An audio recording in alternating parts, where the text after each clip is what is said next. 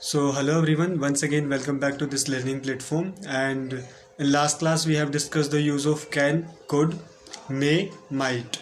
And in this class we are going to discuss what is the basic difference between should and ought to. ठीक है, last class में हम can could वाला difference पढ़ चुके हैं, मे माइट का डिफरेंस पढ़ चुके हैं. इसके अंदर हम एक बहुत ही इम्पोर्टेंट चीज़ पढ़ेंगे, शैल, शुड. और आउट टू और शुड के अंदर क्या डिफरेंस होता है. देखिए, आउट टू और शुड दोनों का हिंदी मीनिंग जब आप चेक करेंगे डिक्शनरी में तो उसका मतलब आएगा चाहिए, लेकिन स्पोकन में उसका यूज़ जो होता है वो एक डिफरेंट तरीके से होता है. ठीक है, लास्ट क्लास को बहुत ही अच्छा रिस्पॉन्स दिया आप सभी ने, बहुत अच्छा लगा मुझे. ठीक है, तो देखते हैं आज इस थर्ड क्लास में आप शैल, शुड और आउट टू और मस्ट, इन सभी चीज़ों के आप यूज़ अच्छे से सीख पाओगे. ठीक है, तो चलिए without wasting even a single second start करते हैं आज की क्लास को. देखते हैं हम कैसे कैसे इन सब चीज़ों को सीख सकते हैं. तो मैं यहाँ से हो जाता हूँ गायब. ओके, तो सबसे पहले अगर हम बात करें शुड की, शुड के बारे में अगर आप हिंदी मीनिंग शुड का कभी सर्च करोगे तो शुड का मतलब होता है चाहिए. ठीक है, यानी कि किसी चीज़ की नीड. ठीक है, हिंदी मीनिंग होता है शुड का चाहिए. इसको यूज़ कैसे किया जाएगा, और जो ought टू होता है इसका भी हिंदी मीनिंग होता है चाहिए. सो जब मीनिंग दोनों का एक ही है, so what is the difference, difference क्या है शुड और ought टू में. तो इसी क्लास के अंदर आज हम ये वाली चीज़ जानेंगे कि शुड और ought टू के अंदर क्या डिफरेंस होता है. सबसे पहले देखिए, should use to express suggestion और advice.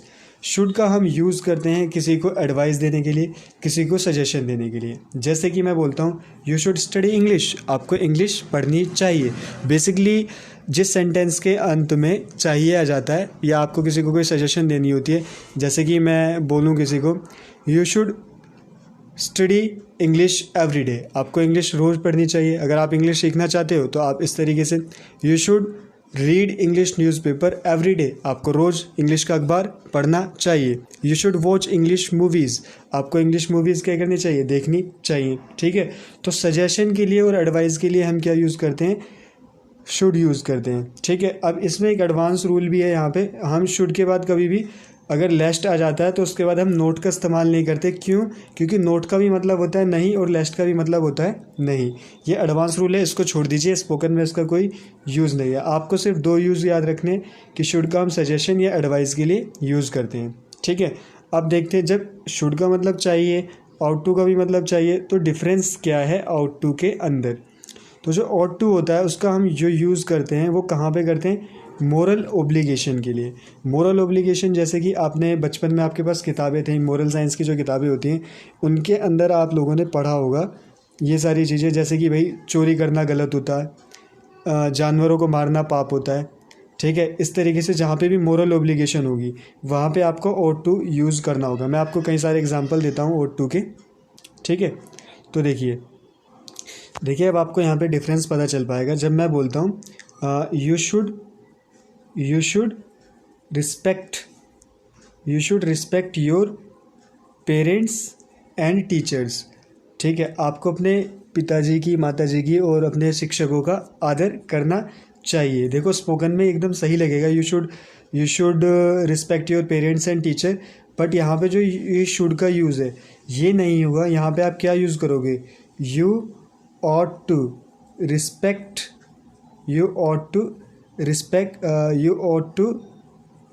your parents and teachers. ऐसा क्यों हुआ, क्योंकि यहाँ पे मोरल ओब्लिगेशन है, और जहाँ कहीं पे भी मोरल ओब्लिगेशन होगा यानी कि जहाँ कहीं पे भी नैतिकता की बात होगी तो वहाँ पे आप ought to का यूज़ करेंगे, ना कि शुड का. We ought to love our country, ना कि we should love our country. We should love our country, हमें अपने देश को प्यार करना चाहिए. एकदम सही लगेगा, आपको सुनने में भी अच्छा लगेगा.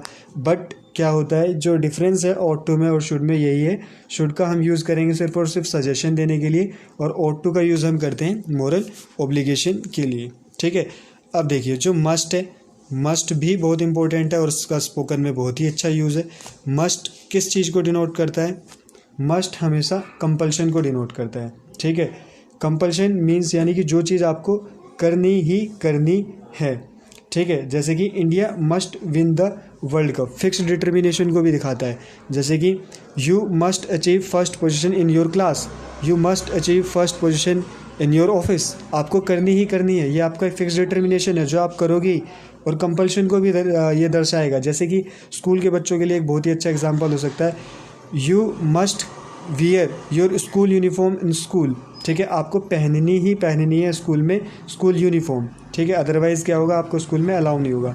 तो मस्ट क्या किस चीज़ के लिए होगा, एक तो कंपल्शन के लिए मस्ट का पहला यूज़, दूसरा यूज़ क्या होगा मस्ट का, फिक्स्ड डिटर्मिनेशन का, यानी कि जो आप करने ही वाले हो, ठीक है। India must win world cup. अब देखिए एक एग्जांपल इसका और देखते हैं, मस्ट एक्सप्रेस ड्यूटी, ड्यूटी में भी हम मस्ट का यूज़ करते हैं, एक्सप्रेस करता है ड्यूटी को कैसे, a soldier must fight for his country. अब जो सोल्जर होते हैं उनको हमारे देश के लिए लड़ना चाहिए, अब बिना मतलब के तो ऐसा नहीं है कि भाई लड़ाई करवा दो, ठीक है। तो यहाँ पे एक ड्यूटी हो रही है, एक ड्यूटी को ये दर्शा रहा है कि हाँ भाई जो सोल्जर है वो फाइट करेगा ही करेगा अपनी कंट्री के लिए, अपने देश के लिए, ठीक है। तो मस्ट के कितने यूज़ हुए, 3, पहला कंपल्शन के लिए, दूसरा फिक्स डिटर्मिनेशन के लिए, और तीसरा किसी चीज़ की ड्यूटी को दर्शाने के लिए, ठीक है। आई होप कि आपको क्लियर हुआ होगा आई ought to और शुड का डिफरेंस, ये बहुत ही इंपॉर्टेंट है। हिंदी मीनिंग दोनों का सेम है, बट जो यूज़ है वो अलग अलग है, ठीक है। अब चलते हैं, ought to कंप्लीट हो गया, मस्ट कंप्लीट हो गया, नीड और डेयर, ठीक है। ये शॉर्ट सेशन रखने पड़ते हैं क्योंकि टाइम नहीं मिल पाता है भाई ऑफलाइन क्लासेस के अलावा। सो ऑफलाइन क्लासेस का भी बर्डन होता है, उनको भी पढ़ाना होता है, तो इस वजह से मैं संडे को टाइम निकाल के एक सेशन स्पोकन का मैं ज़रूर बनाता ही बनाता हूँ। और इस सेशन से आपको डेफिनेटली बहुत हेल्प मिलेगी, अगर आप इसको फॉलो करेंगे तो आपका इम्प्रूवमेंट होगी स्पोकन में 110%। बट डिटर्मिनेशन होना चाहिए, you must follow this class, जब आप इसको फॉलो करेंगे only then, otherwise you can not blame me that कि हम बोल नहीं पाए। And the main factor is that when you will start practicing speaking, only then you can learn good English. So practice का बहुत ही अच्छा रोल होता है यहाँ पे, प्रैक्टिस करनी ही करनी है। इन्वायरमेंट बनाइए अपने दोस्तों के साथ, अपनी फैमिली के साथ, इन सब के साथ क्या कीजिए, कोशिश कीजिए आप इंग्लिश बोलने की, ठीक है। इंग्लिश न्यूज़पेपर पढ़ें ताकि आपकी वोकेबलरी सेशन थोड़ा अच्छा हो, बिकॉज वोकेबलरी के बिना आप नहीं बोल पाएंगे, वर्ड्स नहीं आएंगे दिमाग में तो बहुत ज़्यादा दिक्कत रहेगी।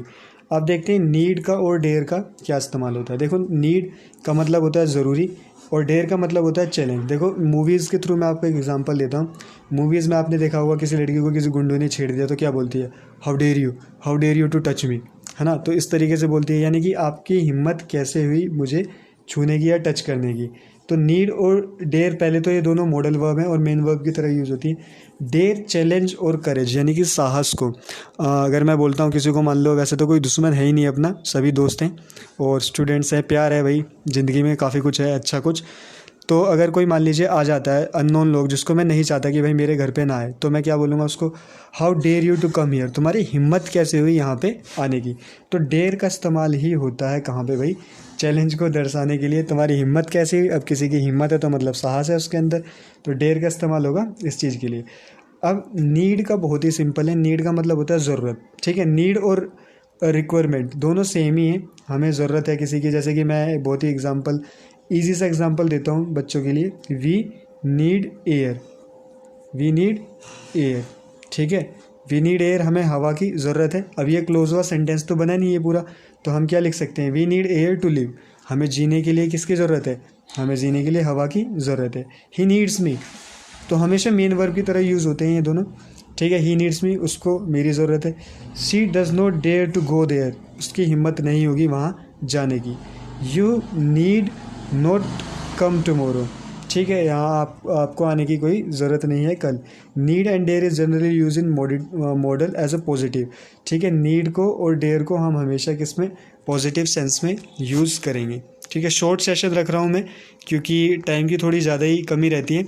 आई hope you are enjoying the session. Keep sharing with new students who are eager to learn English language. And basically English सभी को हेल्प करती है, प्राइवेट वर्कर्स हैं जो कंपनीज़ में काम कर रहे हैं, एम्प्लॉयज़ हैं, टीचर्स हैं, everyone needs English at this time. So you can follow these basic classes, बिल्कुल बेसिक से हम पढ़ रहे हैं, अभी तक ज़्यादा क्लास हुई नहीं है। पिछली क्लास का लिंक मैं डिस्क्रिप्शन में दूंगा, आप उसको भी फॉलो कर सकते हैं। अगर आपने नहीं देखी वो वाली वीडियो तो उसको ज़रूर देखें और उनको फॉलो करते हैं। वोकैब ज़रूर पढ़ें, वोकैबलरी एक इंपॉर्टेंट पार्ट होता है, बहुत ही ज़रूरी हिस्सा है vocabulary and practice. Only these 2 things will give you success in speaking part, ठीक है। मिलते हैं आपसे नेक्स्ट सेशन में, तब तक सही रहिए, घर पे रहिए, सेफ रहिए। Bye bye, take care everybody.